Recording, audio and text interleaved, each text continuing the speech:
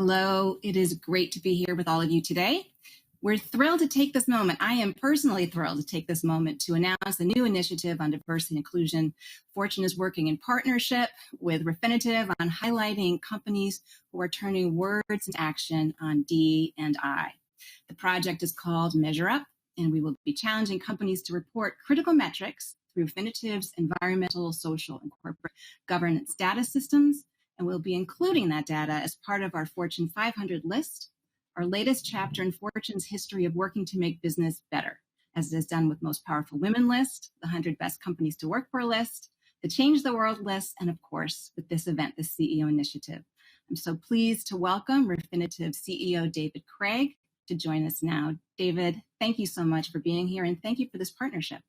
So few companies in the Fortune 500 do report their diversity data. Can you talk to us a little bit about why it's important that they do, specifically around race? Well, I think things that get measured, you act upon.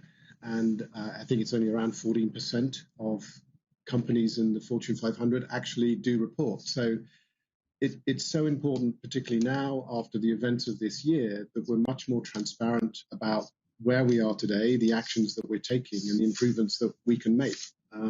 Because the data gives a level of transparency and it gives people confidence that you're taking action on this really important issue. And we've seen this work with gender. I mean, no one really questions the activity of collecting data on gender these days or acting upon it, be it gender pay equality or women in senior leadership or all these other metrics. So it seems abnormal that we wouldn't do the same on ethnicity and race. So I think I learned from our CEO Equity and Opportunity Group, and just from my reporting on this, that none of this happens if it doesn't come from the top. So CEO to CEO, or looking behind me to all the CEOs who are on this call, what does it take for them to be courageous on this issue? I think it means that you have to be courageous about taking steps and taking action.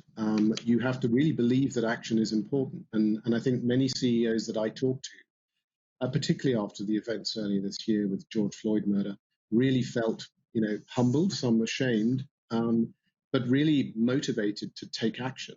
And I think that's the most important thing is are we going to do something about it rather than just sign declarations of intent, actually take some action behind it. I think it requires confidence to go out and ask your employees, your colleagues to declare if you have to in those countries that you're operating in.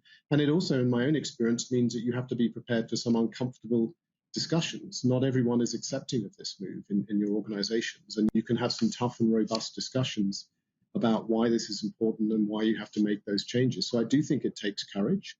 Not least because many organizations around the world are not in a great shape at the moment on this issue, and they have to be prepared to allow the data to be disclosed that shows that that's the fact, that's where they are. But we're going to make progress over time, and I think that's where the courage really comes in. David, again, thank you so much. Thank you, Ellen, and great to have the partnership.